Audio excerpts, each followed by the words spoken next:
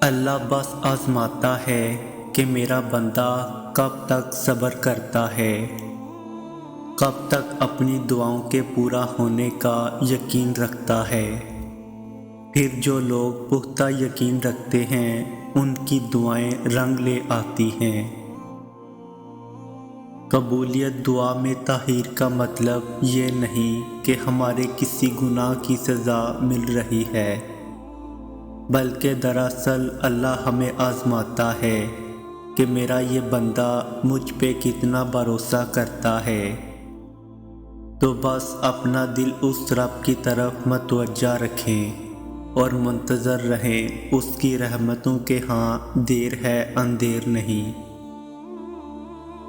دعاؤں میں اتنی طاقت ہوتی ہے کہ یہ اللہ سے ہر بات منوا لیتی ہیں، پھر مسئلہ نصیب کا ہو یا قصہ ماضی کا، ادھوری کہانی ہو یا ناممکن کام۔ اللہ تعالیٰ قرآن میں فرماتے ہیں، میں تو اپنا معاملہ اللہ کے حوالے کرتا ہوں، اللہ یقیناً اپنے بندوں کو دیکھ رہا ہے۔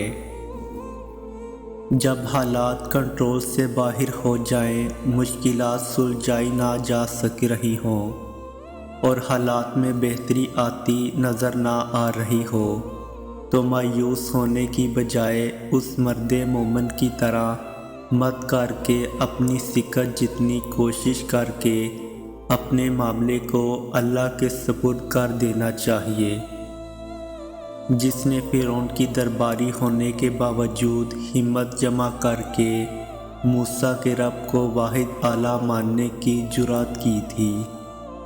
ان بتوں کی پرستش کرنے والے مشرکین کو اللہ کی طرف رجوع کرنے کی دعوت دی تھی، یہ جانتے ہوئے کہ اب اس کے ساتھ کیا سلوک کیا جائے گا۔ تم دعا مانگ کر بس صبر کرو، اللہ اجر میں دعا قبول کرے گا۔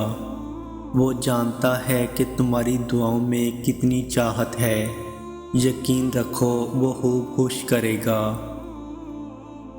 دعاؤں میں بہت طاقت ہوتی ہے اور جب تم سچے دل سے اللہ سے مانگتے ہو تو وہ کبھی تمہیں مایوس نہیں کرتا، کیونکہ تمہارا رب بہت باعزت ہے اور اس کو حیا آتی ہے تمہیں خالی ہاتھ واپس لوٹاتے ہوئے جب تم اس سے رحم مانگتے ہو۔